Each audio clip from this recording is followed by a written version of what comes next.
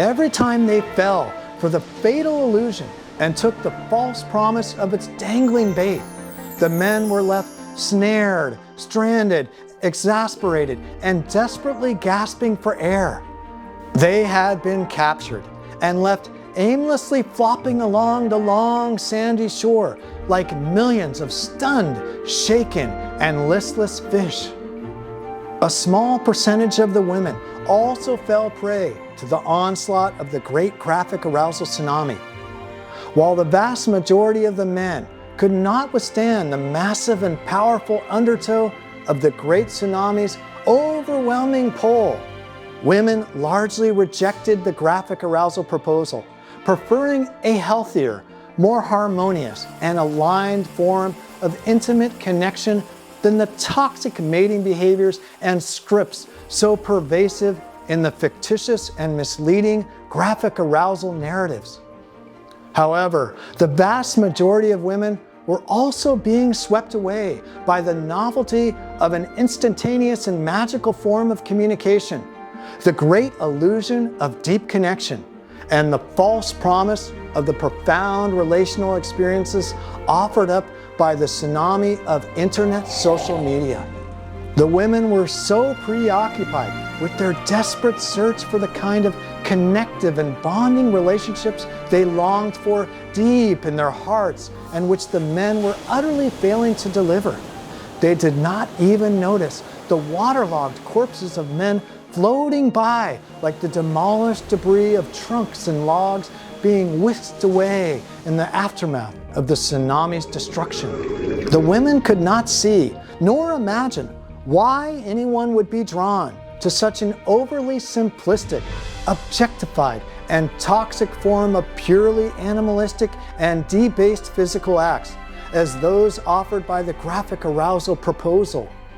It seemed almost boring and cartoonish, and yet insulting and offensive to the depth of the women's characters, values, and capacity to truly connect, bond, and deeply love another heart and soul.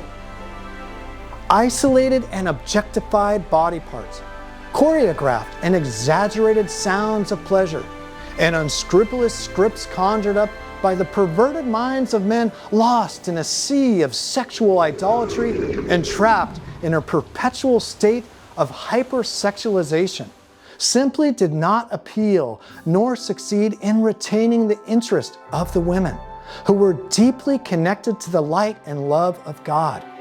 The women steadfastly held out for a higher vision of intimacy and love, a deeper level of connection, and a more meaningful form of communication, while the men were becoming blind, deaf, and dumb to the natural voice, touch, and feel of real women in their life.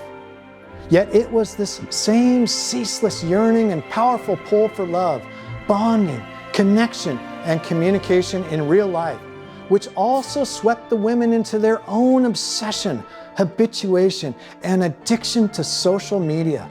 But no matter how hard and how far the women sought, endlessly scrolling, swiping, and searching for the love that was missing in real life, the virtual fantasy promised by internet social media only isolated them further, trapped them deeper, and left them lonelier and emptier than before.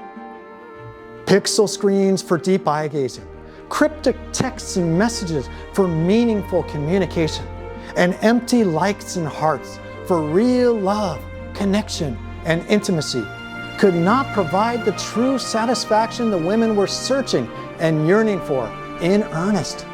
It was there that the virtual pulses and fleeting glimpses of love and connection trapped them in their own downward spiral of dopamine addiction, drowning the women in the false promises, appearing like apparitions on the horizon, just like the promising and enticing mirage of a verdant island in the vast empty stretches of the Pacific Ocean, which forever maintains its distance and beckoning call, no matter how far they swam and drifted towards the setting sun. The women desperately searched the haunted halls of the endless social media and virtual communication sphere for the lost love of their dreams, 10 years from the initial impact of his first sighting of the great tsunami wall on the horizon, with its eerie and haunting shade of dark blue he had never seen the ocean display before. He too was increasingly overwhelmed by the powerful undertow of the free and easily accessible internet when it made landfall.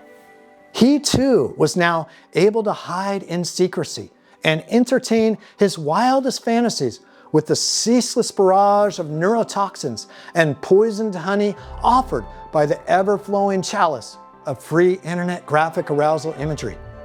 At first, he was limited in access to a hard computer. He was slow to embrace a smartphone, which delayed his exposure to graphic arousal imagery on his own device. So when he finally did purchase the first mobile smartphone in his life, all the pieces fell into place to draw him into the depths of a full and gripping graphic arousal addiction. His negative habit for graphic arousal imagery increased into an obsession until it inevitably grew into a full-blown addiction, fueled by the secrecy and unlimited access he held at his fingertips. Every fleeting whim and desire was instantly and magically fulfilled, just as it was for hundreds of millions of his brothers around him, who were all desperately treading water in the flood of free internet graphic arousal imagery. Like all the other millions of men, he had been unwittingly lured into the greatest experiment in human history ever unleashed upon the minds and energy source of the global population. After witnessing the startling and horrifying results of this massive 20-year-long experiment, it was becoming crystal clear to observant and awakened experts that graphic arousal imagery was making men impotent and dysfunctional on a relational, neurological, physical, mental, and emotional level. His arousal had always been strong and come naturally to him, as he was always in full control of his body as a top-tier athlete. But for the first time in his life, he had lost control of the most fundamental and critical tool to his self-confidence and sense of identity as a man, when he realized he could no longer get aroused to his real connected partner any longer. It was confounding because he could still get aroused to his favorite graphic arousal scenes, but he was becoming desensitized to his partner and losing his ability to get aroused to fantasies he would imagine in his own mind. His mind was blinded by the bright lights and clouded by the loud noise of the super stimulus ceaselessly emanating from the internet, which churned out every conceivable novel stimulus like a machine. It was in fact a machine made by the crude, arrogant, and follied hands of man. It was a supercomputer which had grabbed hold and gained control of the neurology of himself and every man around him. This supercomputer refused to let go of its ferocious and merciless grip until all the life, energy, and neurology of the men had been squeezed of every last drop of precious golden nectar and essential fluid. Battered by the ceaseless barrage of the tsunami's wild currents, riptides, and whitecaps, he was being ripped apart at his very foundation and mercilessly assaulted at his very core by the contemptuous turmoil of the ocean. In that moment of absolute vulnerability, he recalled one particularly haunting and horrifying night growing up as a boy on the ocean, when the most violent storm had ripped apart a pier near his home, ramming its massive posts and beams against the bulkheads and fortifications underneath his bedroom. Entirely at the mercy and will of the terrifying waves, he intently listened and precariously clinged all night long to his bed, as if he was immersed within her impassioned moods and embodied within her cries of fury. Now, the mature man, the gifted athlete, the wise shaman, and the powerful warrior, with all semblance of his ego completely shattered, all sense of his identity entirely washed away, and every last piece of his self-confidence absolutely ripped to shreds from his vulnerable and exposed body by the impact of the storm's waves, he finally fell to his knees on the rippled sands of the seashore, crying out for his sacred home and singing the old familiar mantra the great ocean had taught him as a pure and innocent child. He instinctually cried out to God for a miracle healing, a miracle healing, a miracle healing, over and over, with tears welling up in his eyes, his head bowed in supplication and submission, and his arms spread like wings to the sky. It was this selfless act of completely letting go which reached the omniscient ears and penetrated the eternal heart of compassion within God. Little did he know at the time that God had been patiently lying in wait for this rare, perfect, and sacred moment of immense trial and invaluable opportunity to undergo a massive baptism by water and to lead him on the journey he had been fashioned, nourished, nurtured, and taught to embark upon. This moment marked the beginning of his own beautiful journey of massive positive transformation into the being God always intended for him to become in life. All the moments, events, and experiences of his life, all the people, upbringing, and parenting in his life, and all the immense challenges and torturous trials he endured, which aspired together in a sacred confluence to create a divine masterpiece, were intricately planned to lead him to this critical and monumental moment in his life. He would finally be stripped and utterly exposed by the ocean's waters so that he could once again swim freely, emboldened to glide upon the waves like his inner child used to enjoy. He could not see his highest potential, his divine blueprint, and the glorious destiny of his birthright at the time. But God could see it all perfectly. Though he writhed in anguish and was drowning in suffering at the time, it would be this critical trial by water which would provide the fertile grounds for his rebirth. It took a divorce, a heartbreak, and PIED all at the same time to bring him to the ground on his knees in desperation, confusion, horror, fear, and disempowerment. From the darkest of nights emerges the most brilliant and powerful light. This period of sharp pain and immense suffering would provide the perfect experience of his life to fully awaken him so that he could stand up fully erect as the healthy, joyous, empowered, and natural man he was meant to be in life. Settling for a lifetime with half an addiction, half an awakening, half a man, and half of his birthright and destiny fulfilled would never be enough. He needed to go through it all to become his all in life.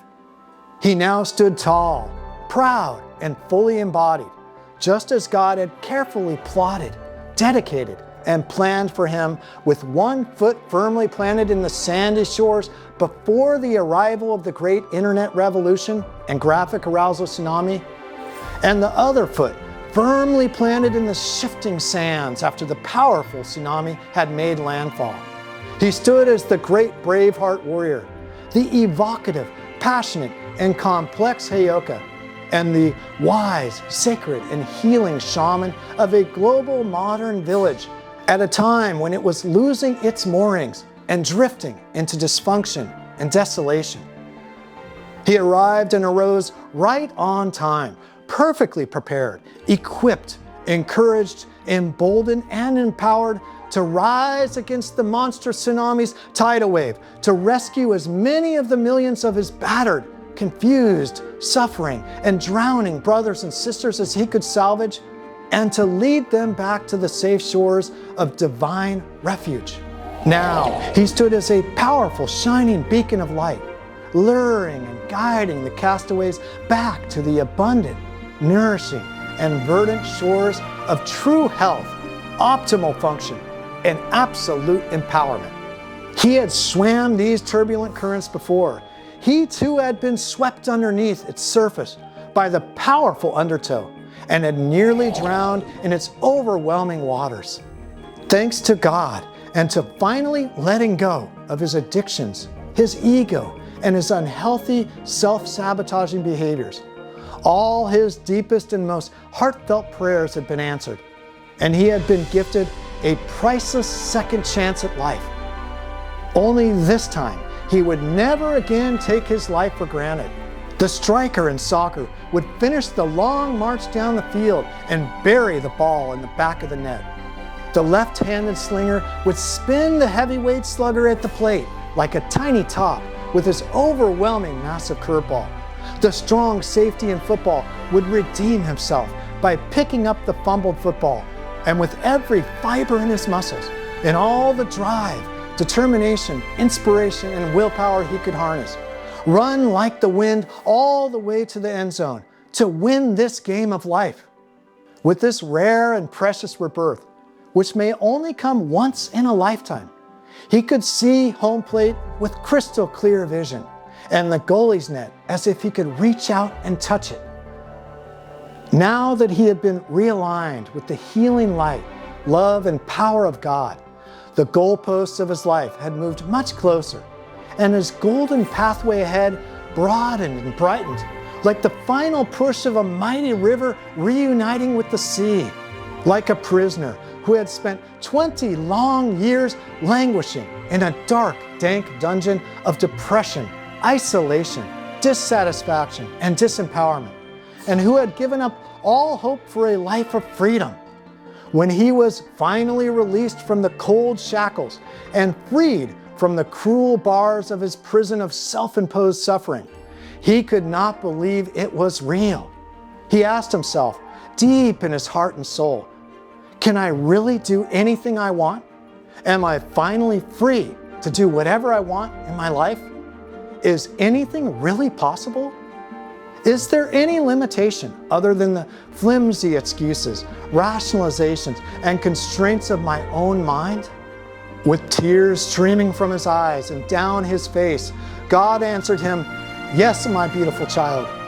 You are my eternal child, endowed with infinite potential, hope, and glory. All you need to do is bow down in humility, reach out with courage, and grasp it with worthiness and acceptance. It has been here, right within your reach, this entire time. Only now you can see it. Only now you have deemed yourself worthy of my abundance, harmony, and resonance. Only now you recall the eternal voice of my oceans and its true blue waters from whence you were born and reborn again. From my eternal and infinite eyes, every time you think you have reached your peak in life, I simply see a plateau, a moment of rest and reflection on your eternal quest and climb to the highest heavens. There is no mountain too high for you to ascend, no current too strong and swift for you to navigate, and no valley too deep for you to climb out of, as long as you listen to the divine melodies of my waves, eternally lapping upon the sandy shores of my natural creation. Return to my shores whenever you need my guidance, alignment, and healing waters, and there you will find me, as always, patiently waiting for you to shower you with my eternal love, light, and healing power. Thank you for watching. Don't forget to subscribe to catch the next video.